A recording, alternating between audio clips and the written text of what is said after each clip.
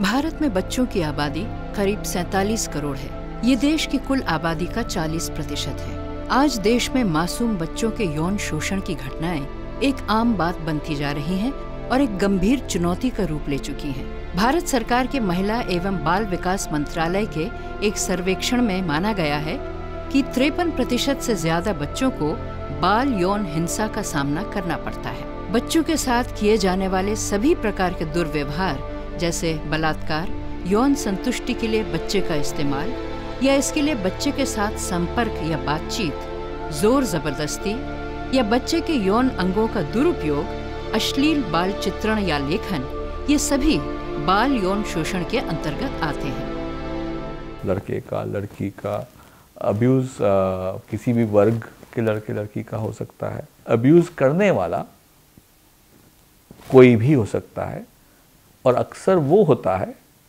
जो कि प्रोटेक्टर भी हो सकता था। तो हमारे को ये नहीं मानना है कि अरे ये तो संत आदमी है तो ये नहीं करेंगे, और ये तो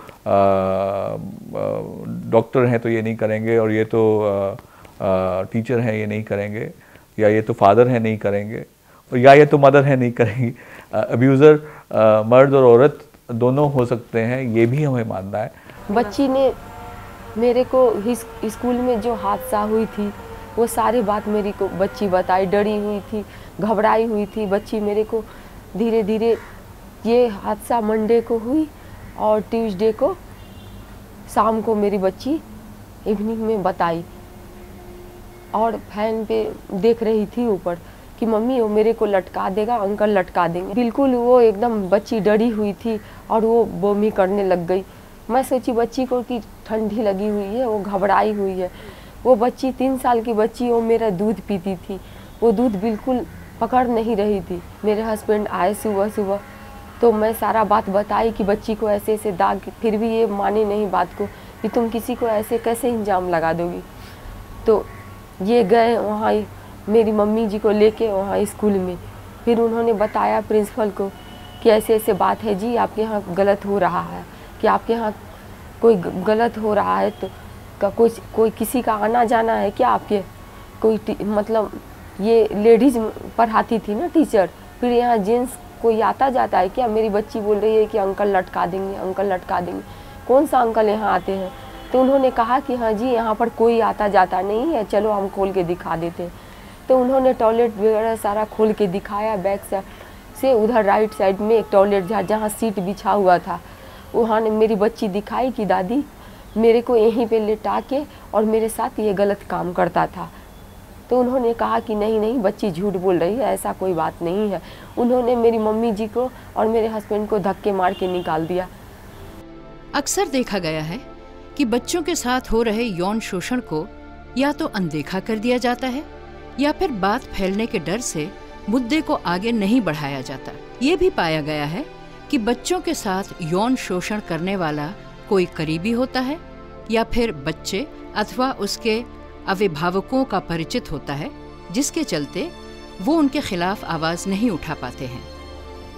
अगर घर परिवार वाला कोई सदस्य हो और जितना ही विक्टिम से करीबी हो, चाहे फादर बाप हो या भाई हो, तो फैमिली वाले नहीं चाहते हैं कि ये बात बाहर आए, और विक्टिम खुद नहीं चाहती कि ये बात बाहर आए। उनके बीच में बहुत गहरा संबंध होता है, काफ़ी प्यार का भी संबंध होता है। गलती उनकी नहीं है, लेकिन जिस तरह मानसिकता पर असर पड़ता है कि मेरी वजह से इनको पूरे परिवार उथल पुथल हो जाएगा, या मेरे फादर हैं जेल में चले जाएंगे, या इनको कुछ हो जाएगा। ज्यादातर मामलों में बच्चे इस तरह के दुर्व्यवहार को खामोशी से सह लेते हैं। बचपन में यौन हिंसा और शोषण के शिकार बच्चे जिंदगी भर उस दर्द को झेलते हैं। उस घिनौने स्पर्श और अनुभव का एहसास उन्हें चैन नहीं लेने देता। बचपन में जिनके संग यौन शोषण हुआ हो, वो आगे और किसी ने उसके बारे में कुछ किया नहीं, ना वो बोल पाए।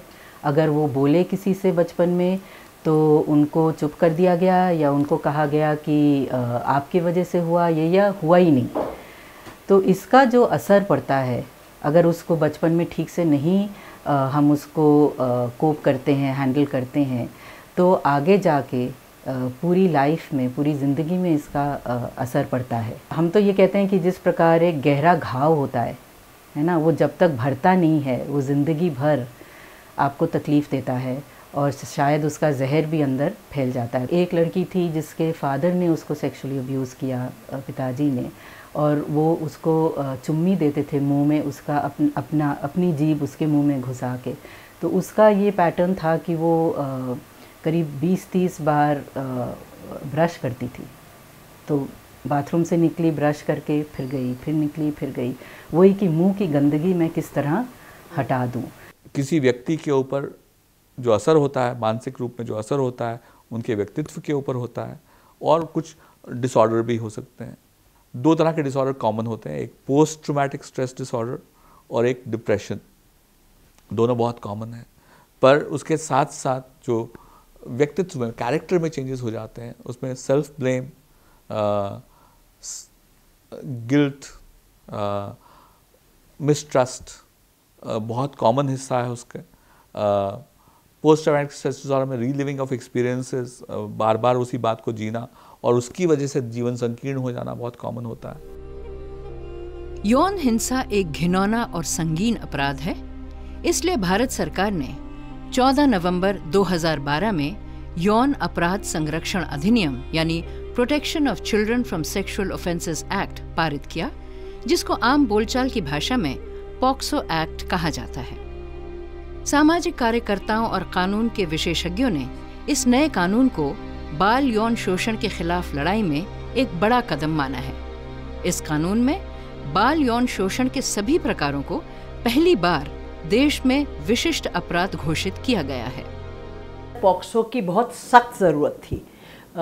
हिंदुस्तान के कानून में ये एक बहुत बड़ा गैप था, और बल्कि जो लोग इस विषय पे काम करते हैं और ख़ासकर जो बच्चों के साथ काम करते हैं जिनके साथ सेक्सुअल अब्यूज़ हो रहा है, उनको बार बार ये गैप चुभता था, और ये गैप बल्कि बहुत देर से फिल हुआ है। इसलिए बहुत अच्छी बात है कि ऐसा लॉ अब बना है जो स्पेसिफिकली चिल्ड्रन के सेक्सुअल वायलेंस को देख रहा है। इस नए कानून से पहले भारत में बच्चों की यौन शोषण से सुरक्षा के लिए कोई विशिष्ट कानून नहीं था।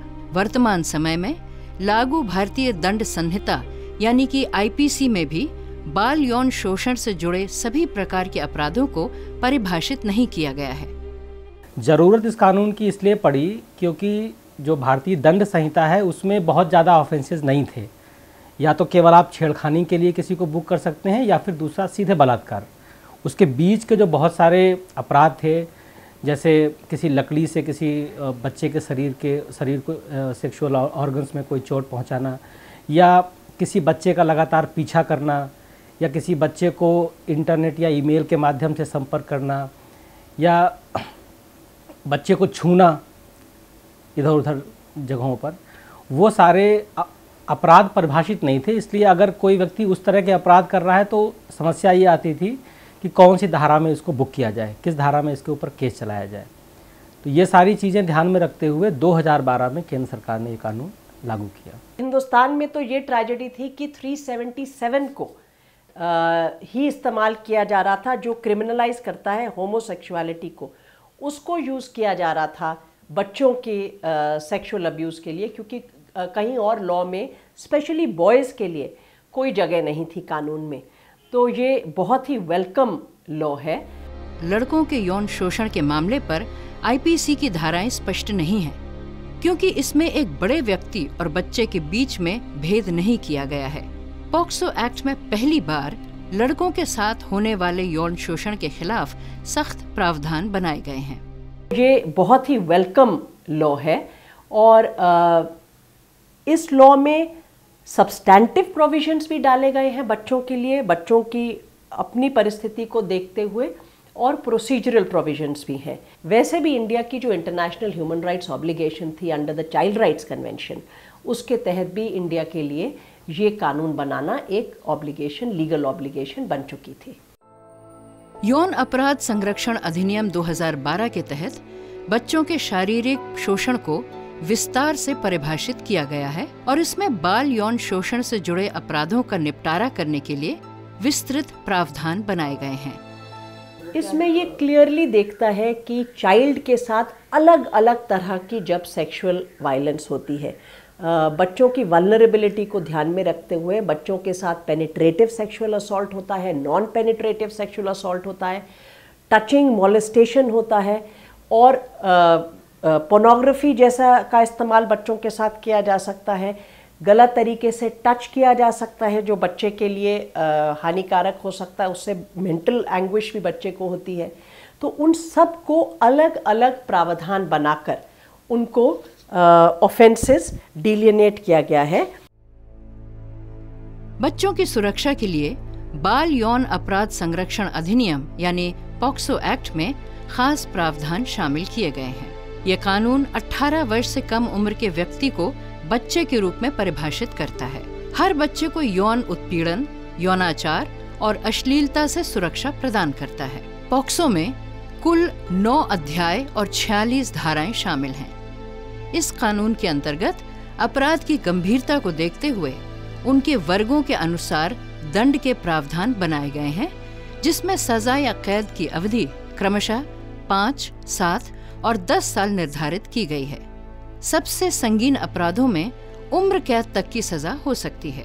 कुछ खास परिस्थितियों में यौन दुर्व्यवहार को अधिक संगीन माना गया है, जैसे कि मानसिक तौर पर बीमार बच्चे के प्रति दुर्व्यवहार अथवा बच्चे के संरक्षण का दायित्व निभाने वाले किसी नजदीकी या भरोसे के व्यक्ति द्वारा दुर्व्यवहार।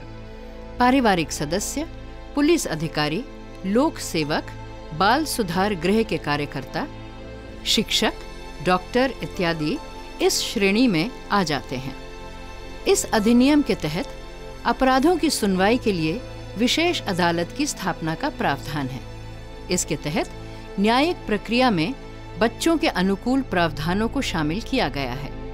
इसमें मुख्य प्रावधान है बच्चे के बयान की रिकॉर्डिंग उसके निवास पर या उसकी सुविधा के अनुकूल किसी स्थान पर विशेषकर एक महिला पुलिस अधिकारी द्वारा होगी, जो कि उप निरीक्षक के पद से नीचे न हो। बच्चे को किसी भी कारण रात में पुलिस स्टेशन में नहीं रखा जाएगा।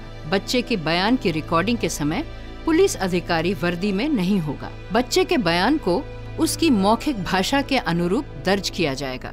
एक दुभाषिया या अनुवादक की सहायता तथा बच्चे की जरूरत के अनुसार एक विशेषज्ञ की मदद ली जा सकेगी।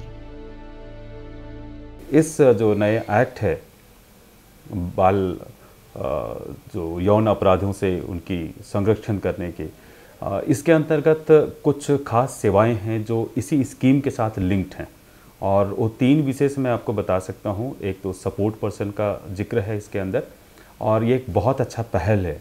यहाँ एक बहुत अच्छी बात ये होगी कि सपोर्ट पर्सन अब सिर्फ वो व्यक्ति नहीं जो डिस्ट्रिक्ट चाइल्ड प्रोटेक्शन यूनिट में एज अ प्रोटेक्शन ऑफिसर है या वेलफेयर ऑफिसर जो इंस्टीट्यूशन में है या प्रोबेशन ऑफिसर जो बोर्ड जुवेनाइल जस्टिस बोर्ड या चाइल्ड वेलफेयर कमेटी के साथ है, लेकिन वो व्यक्ति जो उस बच्चे के ट्रस्ट एंड कॉन्फिडेंस का, उसके भरोसे का है, जिसको बच्चा खुद कहता है कि मैं इस व्यक्ति को अपना सपोर्ट पर्सन चाहता हूँ कि ये मेरे साथ हो। तो he is not just to help, वो सहायता करने के लिए नहीं है, लेकिन वो सपोर्ट करने के लिए एज ए सहयोगी, एक साथी की तरह हो जाता है। और जो कुछ भी आप बच्चे को कहना है उसके बिहाफ में एक उसके साथ साथ खड़ा रहने वाला व्यक्ति हो गया है।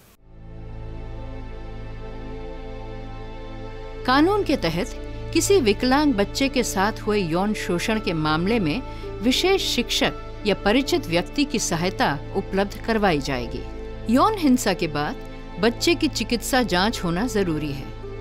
ये चिकित्सा जांच उसके माता पिता या किसी अन्य व्यक्ति जिस पर बच्चा विश्वास करता हो उसकी उपस्थिति में ही की जाएगी। अगर पीड़ित एक लड़की हो तो महिला डॉक्टर द्वारा ही चिकित्सा जांच की जाएगी। पूरे केस की कार्रवाई के दौरान थाने और कोर्ट में कभी भी आरोपी और पीड़ित बच्चा आमने सामने नहीं लाए जाएंगे। इस कानून में पीड़ित को अपने वकील या सरकारी वकील की सहायता लेने का प्रावधान बनाया गया है। कानून ये स्पष्ट करता है कि बच्चे को बार बार गवाही देने के लिए नहीं कहा जाएगा और ये भी सुनिश्चित करता है कि जांच पड़ताल के दौरान बच्चे से कोई आक्रामक पूछताछ या उसके चरित्र का हनन नहीं किया जाएगा। कानून के तहत इस तरह के मामलों की सुनवाई किसी सुरक्षित कमरे में करने का प्रावधान रखा गया है ताकि यौन हिंसा से पीड़ित बच्चा अदालत में मुकदमे के दौरान बिना घबराए अपनी बात रख सके। इसमें बच्चे से बातचीत के लिए कैमरे की सहायता लेने का प्रावधान भी रखा गया है। विशेष अदालत द्वारा केस को संज्ञान में लेने के बाद ट्रायल के लिए बच्चे का साक्ष्य 30 दिनों की अवधि के भीतर दर्ज करने का प्रावधान है। इसके अलावा जहां तक संभव हो सके विशेष अदालत को केस का संज्ञान लेने के 1 वर्ष के अंतर्गत ट्रायल प्रक्रिया को पूरा करना होगा। कानून के तहत राष्ट्रीय बाल अधिकार संरक्षण आयोग यानी NCPCR और राज्य बाल अधिकार संरक्षण आयोग यानी SCPCR को नामित अधिनियम के कार्यान्वयन पर नजर रखने का अधिकार दिया गया है। कोई भी समस्या की कानून से जुड़ी हुई है, कानून में है लेकिन हो नहीं पा रहा है, तो उसका समाधान ये है कि सीधे राष्ट्रीय बाल अधिकार आयोग या राज्य के जो बाल अधिकार आयोग हैं उनको लिखित में इस बारे में शिकायत की जाए। पुलिस पॉक्सो एक्ट के तहत मामला दर्ज नहीं कर रही है, तो उसकी शिकायत जब बाल अधिकार आयोग को जाती है तो बाल अधिकार आयोग जब पूछताछ करता है तो मामला तुरंत दर्ज हो जाता है। अंतर्राष्ट्रीय स्तर पर लागू एवं मान्य बाल सुरक्षा मानकों के अनुरूप बच्चे के यौन दुर्व्यवहार के बारे में जानकारी होने पर पुलिस को सूचना देना अनिवार्य है। अगर आपकी नॉलेज में ये बात आ जाती है कि किसी बच्चे या बच्ची के साथ सेक्सुअल असॉल्ट हुआ है और अगर आप उस बात को छुपाते हैं, पुलिस को नहीं बताते हैं, तो देयर इज़ ए प्रोविज़न कि आपको भी पनिशमेंट मिलेगी। उसमें कानून स्ट्रिक्ट होता है तो लोगों में एक डर पैदा होता है। तो यही एक पॉजिटिव मैं सोच रहा हूँ कि इसमें बड़े ही स्ट्रिक्ट प्रावधान है पनिशमेंट वगैरह के। सामाजिक कार्यकर्ताओं का मानना है रिपोर्टिंग को अनिवार्य बना देना कई बार बाल हितों के विपरीत भी साबित हो सकता है। जहाँ तक मैंडेटरी रिपोर्टिंग का सवाल है उसमें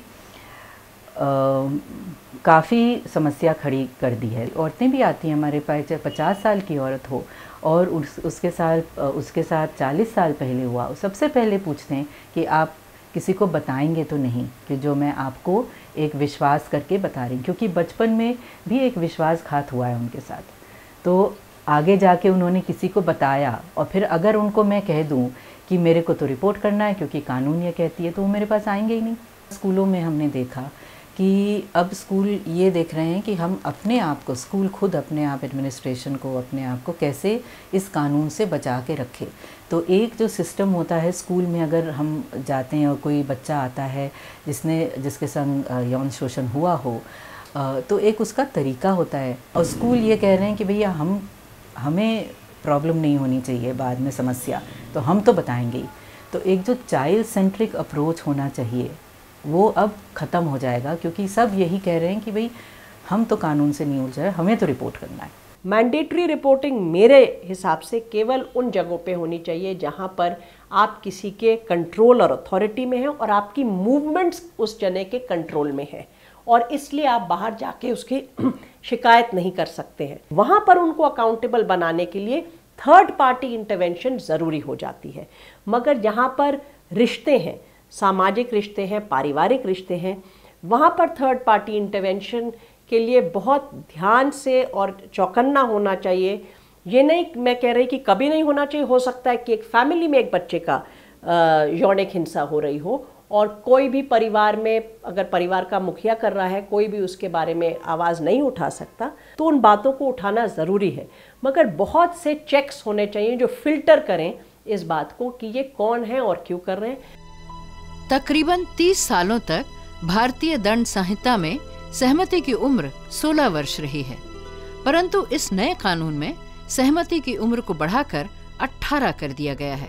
सामाजिक कार्यकर्ताओं और कानून के जानकारों का मानना है कि ये प्रावधान सामाजिक वास्तविकताओं को नजरअंदाज करता है, क्योंकि इसके अंतर्गत 18 वर्ष से कम उम्र या 2 नाबालिग बच्चों के बीच सहमति से हुई किसी भी यौन गतिविधि को बलात्कार घोषित किया गया है और अभियोग के लायक माना गया है। इंडियन पीनल कोड ने पिछले 30 वर्ष तक उम्र को 16 साल तक रखा और कहा कि उम्र 16 साल के बाद ही कंसेंट का सवाल पैदा होगा। 16 साल तक की लड़की अगर की कंसेंट को कानून नहीं सुनेगा, क्योंकि उसमें शायद अभी उतनी समझ नहीं है कि ये किस एक्ट के लिए आप कंसेंट कर रहे हैं। इसके ऊपर अनफॉर्चुनेटली जो रीसेंट रिफॉर्म क्रिमिनल लॉ में आया है वो मेरा मानना है कि हमें रिग्रेसिव है वो, जिसने उसको उस उम्र को 18 तक उठा के रख दिया है। और हकीकत ये है कि हमारे देश में, और ये केवल शहरी पैटर्न नहीं है, गाँव में भी young people are engaging in consensual sexual activity। उसको अगर आप क्रिमिनलाइज कर देंगे तो होगा सिर्फ ये कि आप बच्चों को ऑब्जर्वेशन होम्स और जुवेनाइल होम्स, जिनके हालात पे हम जितना बोले उतना ही कम है, उन बच्चों को आप उन होम्स में बंदी बनाकर रख देंगे। तो एक्चुअली चाइल्ड मैरिज में तो बिल्कुल ही एक खेल शुरू हो सकता है इससे। जब शादी है जो एक समाज में हम उसको चाहे हम पसंद करें ना पसंद करें, वो उन दोनों का एक रिश्ता बन चुका है। उसको इस तरह से किसी और को भंग करने का हक है कि नहीं। जो लड़की है और लड़का है उनको हम एम्पावर करें कि वो अपने निजी जीवन का स्वयं फैसला कर सकें कि ये शादी, ये रिश्ता उनको निभाना है या नहीं निभाना है। इससे बेहतर ये है कि 16 और 18 साल की जो उम्र है जिसमें कंसेंसुअल सेक्सुअल एक्टिविटी हो रही है, उससे चाइल्ड मैरिज पर असर नहीं पड़ता। इसलिए इन बातों को अगर हम थोड़ा मॉरल व्यू पॉइंट से ना देखकर बच्चों के हित के व्यू पॉइंट से देखें, जिसमें यंग एडल्ट्स आते हैं जो 16 और 18 की उम्र में है, तो उनकी प्रोटेक्शन के लिए ये बेहतर रहता अगर हम वो उम्र को, कंसेंट की उम्र को 16 पर छोड़ देते। बल्कि पॉक्सो के बनने के वक्त भी इस बात पर बहुत डिबेट हुई थी। पार्लियामेंट्री कमेटी में के सामने भी हम में से कईयों ने ये बात को पेश किया था, मगर अफसोस कि बच्चों के हित को ध्यान में ना रख के समाज में समाज के ठेकेदार किस बात को ठीक समझते हैं, उस बात को ज़्यादा इम्पोर्टेंस देकर इस उम्र को 18 तक ले दिया गया है। इस कानून में बाल हितैषी प्रक्रिया अपनाने की बात कही गई है और कानून कहता है कि बाल यौन शोषण के मामलों की जांच कार्रवाई में महिला पुलिस अधिकारी को ही शामिल किया जाएगा। लेकिन जमीनी स्तर पर सच्चाई तो ये है कि देश की राजधानी दिल्ली में ही दिल्ली पुलिस के पास महिला पुलिस अधिकारियों की कमी है। तो सवाल ये उठता है कि महज कागजों पर खाका तैयार करने से इस कानून का सख्ती से अमल कैसे संभव हो पाएगा। It is true कि Delhi police having very you can say less women police officers और इनकी रिक्रूटमेंट में, इनके प्रोसेस में टाइम लगता है, तो दैट इज़ एडमिनिस्ट्रेटिव प्रोसेस है जो काफ़ी लंबा हो जाता है। लेकिन प्रेजेंटली जो भी हमारी महिला अधिकारी किसी ऑफिस में, किसी कारण से ऑफिस में उनको लगा रखा था, या जो फील्ड ड्यूटी में नहीं होती थी but they are from executive cadre, तो उन सारी महिला अधिकारियों को वापस ट्रांसफ़र कर दिया गया है पुलिस स्टेशंस में। और जहाँ तक संभव है ये पॉक्सो के केसेस हम महिला पुलिस अधिकारी को ही देते हैं, लेकिन 100% ये ऐसा नहीं हुआ है कि ये केसेस सारे महिला अधिकारी ही हैंडल कर रही है। तो उसके लिए गवर्नमेंट ऑफ इंडिया को भी लिखा गया है कि भाई हमें नई वुमेन सब इंस्पेक्टर्स रिक्रूट करने की परमिशन दी जाए। So that is a long process. वहाँ से MHA से परमिशन आएगी, फिर इनकी रिक्रूट होगी, फिर ये इनकी ट्रेनिंग होगी, then they will come in field. तो वी होप कि भी फ्यूचर में इस समस्या का भी समाधान हो जाए। इस कानून के तहत यौन दुर्व्यवहार से पीड़ित बच्चे या उसके परिवार के लिए इस तरह की व्यवस्थाएं की गई हैं ताकि उनको आसानी से न्याय मिल सके। लेकिन हकीकत में पीड़ित बच्चे और उसके परिवार को पुलिस की कार्रवाई और अदालती प्रक्रिया के दौरान हर तरह के दुर्व्यवहार का सामना करना पड़ता है। संवेदनहीन न्याय प्रक्रिया के चलते दोहरी मानसिक प्रताड़ना का शिकार होना पड़ता है। आप एज्यूम कर सकते हो कि एक 3 साल 3.5 साल की बच्ची, ब्रेस्ट फीडर बच्ची, उसको 3 इंस्पेक्टर मुजरिमों की तरह उससे सवाल जवाब कर रहे थे। वुमेन्स पुलिस है, एटलीस्ट वो थोड़ी हमारे बच्चे के साथ रहमदिली से पेश आएगी, पर वहाँ एक इंस्पेक्टर थी, वो थोड़ी सी मिसबिहेव कर रही थी बड़ी रॉफ तरीके से। बोला ऐसे लोग इल्ज़ाम लगा देते हैं किसी का घर ख़राब करने के लिए, बहुत तरह की बातें वो आपस में बातें कर रही थी। क्योंकि हम लोग लोअर लेवल क्लास से हैं तो हमने तो बहुत कुछ फील करा, फिर भी हमने सोचा चलो इनका काम ही है, ये करेंगे ही। जब यही व्यक्ति दोबारा कोर्ट में जाता है और उसको अपनी 164 स्टेटमेंट से पहले 16 इंटरव्यूज़ हो चुके होते हैं। हम लोगों ने बहुत बारी काउंट किया है, 16 से 18 इंटरव्यूज़ हो चुके होते हैं 164 स्टेटमेंट से पहले, और 164 स्टेटमेंट के बाद मीडिया में एक्सपोजर हो चुका होता है। पुलिस के एसआई से लेके, कांस्टेबल से लेके एसीपी, डीसीपी, एसपी जो भी होते हैं वो सब लोग एक एक बारी बातचीत कर चुके होते हैं। स्कूल काउंसलर बात कर चुका होता है, एनजीओ वाले बात कर चुके होते हैं। फिर अगर निर्मल छाया जैसे घर में पहुंच गए, जो कि एक गवर्नमेंट होम है दिल्ली में, फिर वहाँ पे उनकी सुपरिटेंडेंट बात करती है, फिर वहाँ पे उनके काउंसलर बात करते हैं, फिर बीच में मेडिकल एग्जामिनेशन के लिए डॉक्टर भी बात कर लेते हैं, और फिर सब कोई अपनी अपनी सलाह भी दे चुका होता है।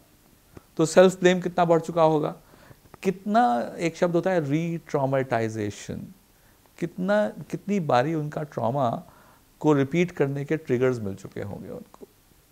और ये व्यक्ति फिर जाते हैं कोर्ट में और सामने खड़ा है वही व्यक्ति जिसने अब्यूज़ किया है। कौन माइका लाल है जो कि कह पाएगा अपनी बात? कि लोग कह पाते हैं ये तो एक अजूबा है, that people are able to give evidence, ये अजूबा है। कि इसके बाद लोग ट्रस्ट कर पाते हैं, ये अजूबा है।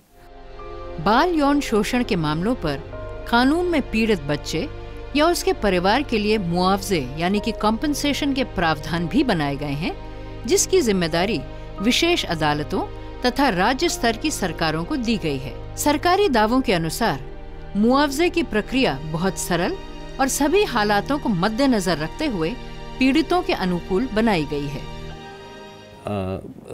यौन शोषण के जो मामलों में बच्चों का जो पॉक्सो के केसेस हैं, उसके अंदर कानून में प्रावधान है कि उनको कंपनसेशन दिया जाएगा। 357 कैपिटल ए CRPC में जो नया अमेंडमेंट आया है, उसके बेसिस के ऊपर हर सरकार ने विक्टिम कंपनसेशन स्कीम बनाई है, जो दिल्ली सरकार ने भी बनाई है, और उसके अंदर स्कीम के तहत कंपनसेशन का प्रावधान है। बट पॉक्सो क्योंकि स्पेशल लॉ है, सो पॉक्सो में बच्चों के लिए अलग से विशेष कानूनी प्रावधान किए गए हैं, और उसके तहत ना सिर्फ मुकदमा ख़त्म होने के बाद कंपनसेशन का प्रावधान है, मुकदमे के दौरान FIR दर्ज होने के बाद किसी भी क्षण अदालत स्वयं या बच्चा और उसका परिवार का कोई भी व्यक्ति अदालत को दरख्वास्त देके इंटरिम कंपनसेशन के लिए अप्लाई कर सकता है। कंपनसेशन का आदेश होना एक स्टेज है, और कंपनसेशन का आदेश होने के बाद दिल्ली सरकार क्योंकि विक्टिम कंपनसेशन फ़ंड को कंट्रोल करती है, तो वो निर्णय उन्होंने लेना है, और इसमें कुछ दिन या कुछ हफ्ते से ज़्यादा समय नहीं लगता। ये सारा काम अगर समय सीमा में करा जाए तो 1 महीने में पूरी कोशिश होती है ये पूरा प्रोसेस कंप्लीट हो जाए। सरकार और प्रशासन के दावे कितने बाल अनुकूल साबित होते हैं, ये तो पीड़ित बच्चे या उनके परिजनों के अनुभव और उनकी दर्द भरी दास्तां से साफ हो जाता है। कंपनसेशन की लेटर इशू हो गई तो थाने पे आई, तो मैं वहाँ हम गए पटियाला हाउस से पता करा, तो बोला जी ये कंपनसेशन जी थाने से दिलाएंगे। फिर हमारी SI छुट्टी पे चली गई, 3-3.5 महीने की लगभग छुट्टी पे थी, तो हम रोज़ थाने जाते थे, वहाँ पूछते थे, वो आई थी नहीं थी। बाद में पता चला जी ये लंबी छुट्टी पे गई है। फिर वहाँ पे और रीडर थे, उन्होंने 3 महीने बाद उन्होंने कोऑपरेट किया, उन्होंने मेरे साथ कांस्टेबल भेजा वहाँ पे कापासेरा में। वहाँ हम कापासेरा बॉर्डर पे जाते थे, ऑफिस में कमिश्नर ऑफिस में जाते थे, वहाँ काफ़ी हैरेस करा, वहाँ चक्कर लगाते लगाते थक गए। वो बोले जो फाइल आपका आया ही नहीं, फिर बोले जी फाइल आपने नजफगढ़ भेज दिया। फिर नजफगढ़ में मैं जाते रहा। दिसंबर 17 को घटना घटी, और उसके बाद ये कंपनसेशन मुझे इशू हुआ मार्च 5 को, और ये कंपनसेशन मुझे जून में मिला। इसके भी तमाम तरह की सरकारी लापरवाहियाँ आई। कानून बनने के साथ साथ बाल यौन शोषण जैसे अपराधों से जूझने के लिए कानून के तहत एक सार्थक व्यवस्था और उसके सही क्रियान्वयन की भी जरूरत है। सामाजिक कार्यकर्ताओं का मानना है कि प्रशासनिक स्तर पर खामियां और सामुदायिक मदद जैसे काउंसलिंग सुविधाओं के अभाव के कारण यौन शोषण के पीड़ितों को न्याय दिलाने के प्रयास सफल नहीं हो पाते हैं। अब कई बार देखने में ये आता है कि कानूनों में जो बातें लिखी हैं वो असल में उतनी मजबूती के साथ अमल में नहीं आ पाती। अब जैसे एक बहुत बड़ी समस्या ये है कि जो विशेष अदालतें जो गठित की गई हैं और उन अदालतों के बारे में जिस तरह का माहौल बताया गया है जैसा होगा वैसा है नहीं। इस तरह के कुछ प्रयास हैं, लेकिन अभी इस तरह की कुछ सालों तक ये दिक्कत रहने वाली है कि कानून में जो व्यवस्थाएं दी गई हैं वो व्यवस्थाएं शायद ज़मीन पर आपको न दिखें। हमारे देश में सारा जो सिस्टम है वो बिल्कुल भी संवेदनशील नहीं है ना। चाहे वो डॉक्टर हो, चाहे पुलिस हो, चाहे कोर्ट में हो, तो क्यों कोई जाना चाहे कोर्ट इस सिस्टम में। जैसे बाहर विदेशों में होता है कि भाई एक सोशल सर्विस आ जाता है, काउंसलर आ जाती हैं, सारा का सारा हैंडल होता है पूरा व्यापक तरीके से। वो हमारे यहाँ है ही नहीं, ना हमारे पुलिस की ट्रेनिंग है, ना हमारे जजेस की ट्रेनिंग है, किसी की ट्रेनिंग नहीं है। अब्यूज़ का जो रिस्पॉन्स है इंडियन सोसाइटी में, उसके जो रिस्पॉन्सेज इमर्ज होने हैं वो भी बहुत ही अर्ली स्टेजेस पे, इन्फेंसी की स्टेजेस में है। हमारे इंस्टीट्यूशंस नहीं बने हैं, हमारे प्रोसेसेस नहीं बने हैं, हमारे रूल्स नहीं बने हैं, हमारे प्रक्रिया के तरीके नहीं हैं, पर क्रिमिनलाइजेशन का प्रोसेस पहले आ गया है। मुझे डर लगता है कभी कभी इस प्रोसेस से, क्योंकि क्या उस बच्चे का फ़ायदा होगा कि क्या उस बच्चे का नुकसान होगा। एज अ साइकियाट्रिस्ट मैं आज के दिन प्रिडिक्ट नहीं कर पाता हूँ। मैं क्योंकि पिछले 15 साल से देख रहा हूँ, और मैंने खाली इंडिया में काम नहीं किया, उससे पहले इंग्लैंड में भी काम किया है। वहाँ की जो प्रोसेसेस और इंस्टीट्यूशंस थे, it's not gazing to the west and being worried about our systems. उनके सिस्टम्स और प्रोसेसेस हमसे कहीं ज़्यादा इवॉल्व हैं, क्योंकि वहाँ पे इंडिविजुअल डिग्निटी को ज़्यादा मान्यता दी जाती है। यहाँ पे फैमिली डिग्निटी को ज़्यादा मान्यता दी जाती है। मैं कोशिश कर लूँ, मैं फैमिली डिग्निटी की जो मान्यता है उसको चेंज नहीं कर सकता हूँ, पर उसी फैमिली डिग्निटी में मुझे मालूम है कि 100 साल से, हज़ारों साल से with in that family dignity एक पर्दा है भी उसके ऊपर। ये मैं नहीं कह रहा कि पर्दा हटाना नहीं चाहिए, बट मैं ये कह रहा हूँ कि हमारे को family dignity as a reality एक डिटर्मिनिंग फैक्टर मान के चलना पड़ेगा, और वो बच्चे के ऊपर कितना प्रेशर क्रिएट करेगा और वो कितना ट्रॉमा क्रिएट करेगा, हमारे को सोच के चलना पड़ेगा। हालांकि बच्चों के साथ हो रहे यौन शोषण को रोकने के लिए देश में पहले से ही कुछ कानूनी प्रावधान रहे हैं। अपराध के रूप और उनकी बढ़ती गंभीरता के सामने ये कानून नाकाफी ही साबित हुए। बच्चों के बढ़ते यौन शोषण की घटनाएं और अपराधों पर अंकुश लगाने के लिए एक सख्त कानून की जरूरत बरसों से महसूस की जा रही थी। इस दृष्टि से बाल यौन शोषण के खिलाफ कानून यानी कि पॉक्सो एक्ट बच्चों की सुरक्षा की दिशा में एक अत्यंत ही महत्वपूर्ण कदम है।